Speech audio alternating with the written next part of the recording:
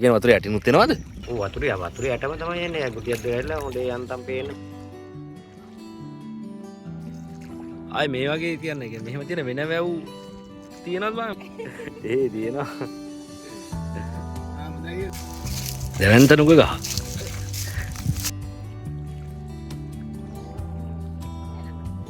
හරි මාමේ ඉස්සන්නයි.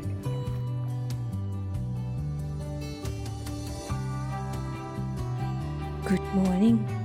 දැන් වෙලා උදේ 6යි. අපි දැන් මේ ලෑස්ති වෙන්නේ මෙන්න මේ ඔරුවෙන් වැව් වටේ රවුමක් යන්න.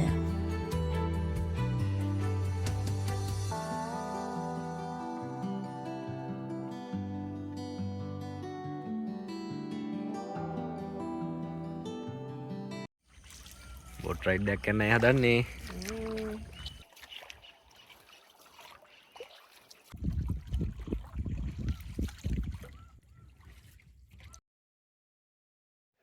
අපි අද මේ වැව් වටේ කරගෙන යන කීර්ති මාම තමයි මේ.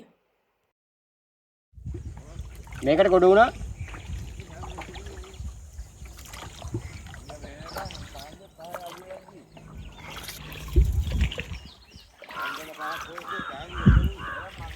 අලි මේ වැවෙන් මාරු වෙනවා කියනවා. අපිත් බලමු අලියා වැවෙන් මාරු වෙනවා බලා ගන්න පුළුවන් වේද කියලා. ඒක මාමිනි කන් දුප්පටක් වගේද තියෙන්නේ මේ ටික. කොයිද?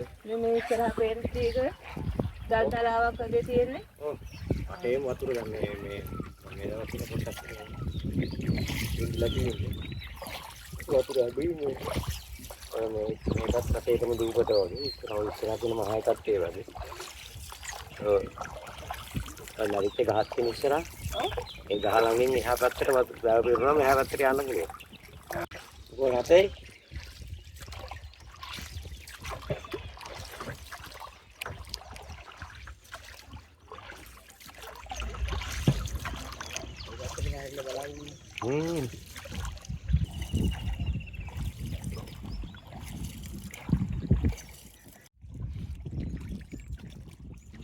අලියා මාමේ මේ වතුරෙන් ඇවිල්ලා මේකට එන්නේ නේද? ඉතින් දැන් මේ මම යනකොට හිටියේ අර අනේ ගෑම් එකේ.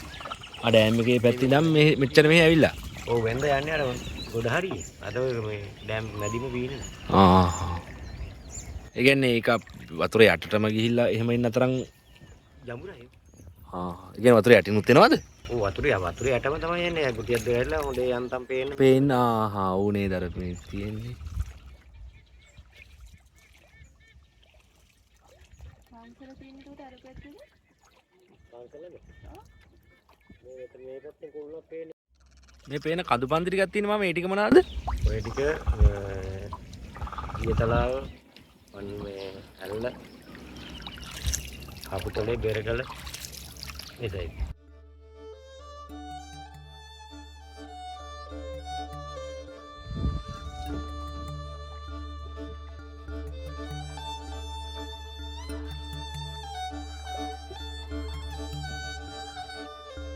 මේ හම්බගමුව වැවේ ඔයා උරුපදින්න එනවා නම් ඔයාට ඔරුවක පැය 2.5ක වගේ කාලයක් වැව වටේ යන්න පුළුවන්. ඒ වගේම ඔරුවකට රුපියල් 5000ක මුදලක් අය කරනවා.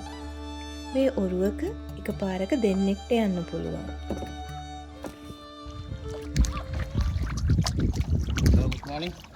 good morning අපි ලංකාවේ එලකල් මට හිතාගන්න බැරුව මොකද ඉන්දියාව කට්ටියක් ඉන්න ඕනේ වගේ. දඹරුවද කියලා අහන්න ඇති මම මෙයාට YouTube channel එකක් තියෙනවා. වසන්තయ్య කියලා. අම්බගම වසන්තය කියනකොට අර මේ සන්ත අයියාගේ මේ වාඩි හරි ඔන්න කාකේ ඉන්න කොරළි ඉන්න. ඒ තියෙනවා. හොඳයි කියන මම උඩ හරි යන්න මම මේ හරි උස්සන්න එන. ස්මෝකින් එකක් ගන්න ආයෙ මේ ඇගි. එහෙමද?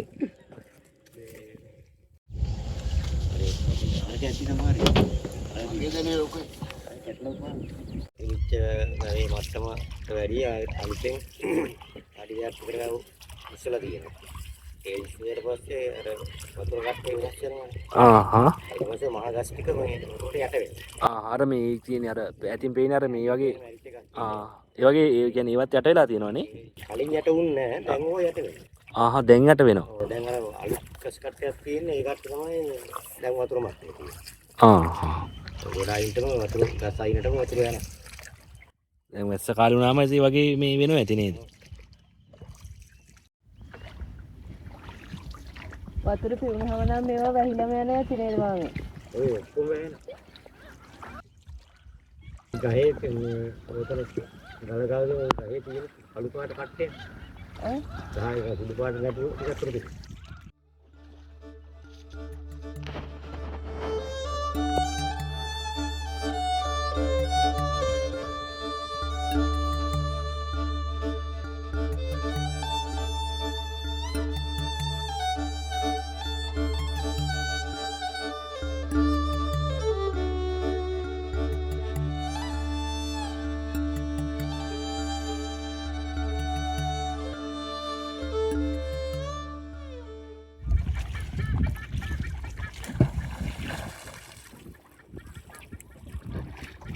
මේ අර සුදු පාට කෑලි තියෙන මම මේ දල දාපුවද?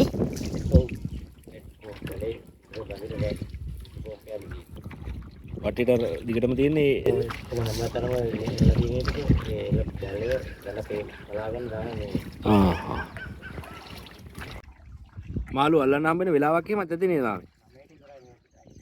උදේ පටන් ගන්න එක 9ට ඉවරයි. දෙකේ ඉඳන් කියන්නේ හවස. ඒ කියන්නේ රැයටත් අල්ලනවද?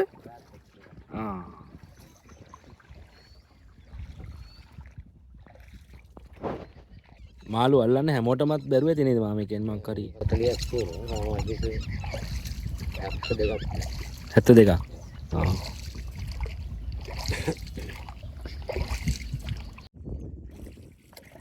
ඒ බෝට්ටු මාමලට මේ ගත්තේවද නැත්නම් මාමලම ගත්තේවද රජින් දීපේවද? දීපුවක් තියෙනවා. කීයක් විතර වෙනවද මාම සාමාන්‍යයෙන්?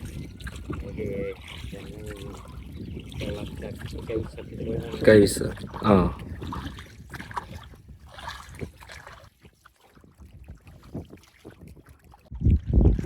මේ පැත්තේ මාළු ගණන් කොහමද මාමේ? කොරලි එහෙම?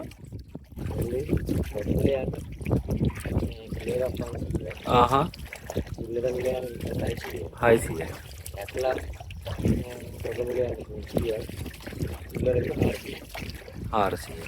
මෙඩිකලුත් ඒ වගේ වෙන්නේ නේ. මෙඩිකල් කැටලා රෝහු ඒ ඔක්කො ඒ ටික තමයි. එක්බසයිසි මිත්‍රා බන්දරා විස්තර කාඩි දාන්න වෙනවා. ඩොලර් පැත්තේ ඒ ගණන් මොගේ තමයි. ඩොලර් එක ගන්නවා. වැඩි පොඩ්ඩක් මිනිහ ඊට වැඩි මම. ඔව් ඒක පොඩ්ඩලියම තමයි 650ක් විතර වෙනවා.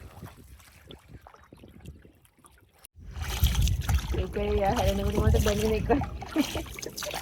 වහට පාත් වෙන්නේ නැහැ. ඒ තියෙන විදිහටම තියෙනවා. මෙන්න එක ගැටිය තමයි තියෙන්නේ ඒක. අකුලෙන් බලන්නේ ඒතර සමහර ලොකු බොට්ටු වගේ එහෙම එච්චර දැනෙන්නේ නැහැ මාම. ලොකු අර ලොකු බොට්ටු යන්නේ. එච්චර දැනෙන්නේ නැහැ නේද? මොකද කියන්නේ එහෙම නැහැ. අර කොයාගේ අරකට පොටේ කාරේනේ ගලක වගේ ඉත්තොත් තමයි අර පොටක් උරුණාව තියෙන්නේ. මේ තියෙන ඩෑම් එක නේ මාම. මේකේ එතකොට මේ වතුර කොහෙටද මේ වෙන්නේ? මේක එකතු වෙන්නේ කියලා? ඒක මොකක් හරි ගඟකට හරි මොකක් හරි එහෙම එකතු වෙන එකක් තියනවද? ජාතික උද්‍යානය ඇතුලේ තියෙනවා ගල්ලමුණ කියලා ගලක්. ගල්ලමුණ කියලා ඒක තමයි. මේකට උඩින් වතුර දානවා මාමේ වතුර වැඩි වුණාම. අර වාන්දරට වරින්න වගේ අර දෙයක් නැහැ. එහෙම නැහැනේ. උන් පාට බුලියක් එහෙම දාලා. හරි. මෙතන මොනවාද අභිදානන ඉතින් අර ඩොලර් ගෙනල්ලා පොඩ්ඩක් දානවා මාසයක් ගානේ දාලා 25 කියලා ගන්න දෙනවා. පොඩි ගැටව ගේන්නේ ගමනෙන් ඉල්ලක් කරගෙන ඒක පුරුදු කියන සයිස් එක යනකම්. ඔබ කැම දීලා වල 35 පස්සේ වතුර දෙනවා. ආයි මේ වගේ කියන්නේ කියන්නේ මෙහෙම තියෙන වෙන වැව් තියෙනවද බං? උඩවල වැවේ නෑ කියන්නේ මෙහෙම මුකුත්. පරිසරයක් නේ. ඔව් පරිසරයක් තේමයි කියන්නේ මෙහෙම බෝට් රයිඩ් එකක් එහෙම යන්න ඉවත් නෑනේ. ඒ තියෙන්නේ වෙහෙරගල අද තියෙනවා. වෙහෙරගල.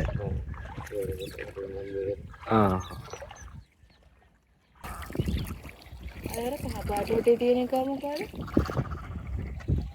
රෝස් පාට කකුල් තියෙන්නේ. අර අරු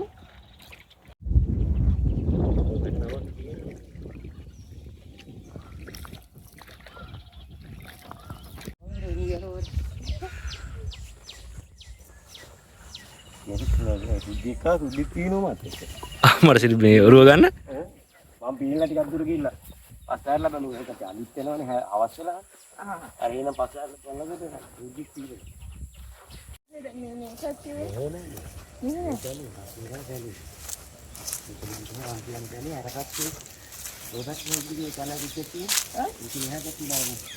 ඇතින් තියෙන්නේ අර පෑදිත් ටිකක් අර කැලේ ඇතුලේ. ඒ හරිය ප්‍රධාන පාරක් තියෙනවා. මල්පි ගෙවල් තියෙන ඉතින්. මේකත් මේ කොහොමද? මේවා ඔක්කොම රැක්කේ දේවල්.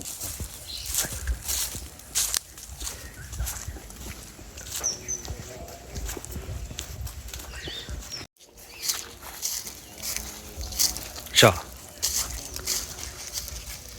දැවන්ත නුග ගහ. බිම තදිත් එක ඒක තිබුණ අතනින් මෙතනට.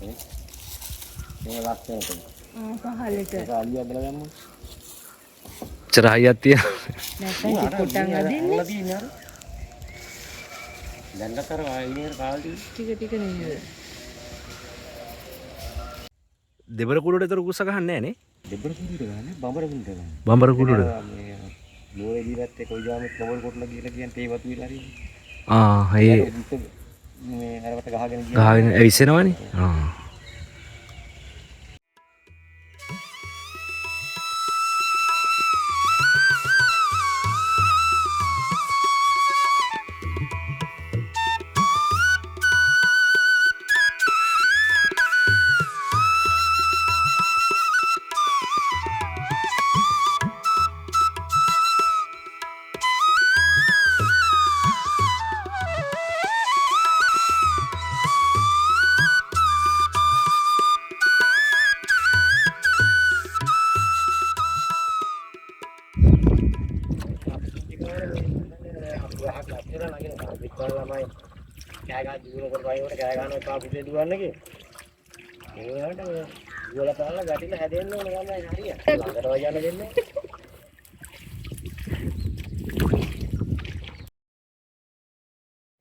දැන් වෙලාව උදේ 9:00යි.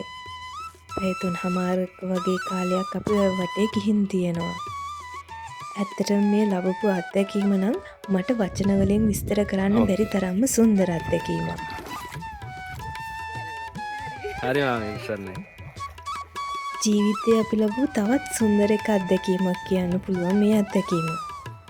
අපි මේ වටේ කරගෙන ගිය කීර්ති මාමත් හරිම හොඳ මිනිස්සෙක්. අපිට ගොඩක් විස්තර මේ වැව ගැන, ගම ගැන, මේ පරිසරය ගැන ගොඩක් දේවල් අපිට කියලා දුන්නා.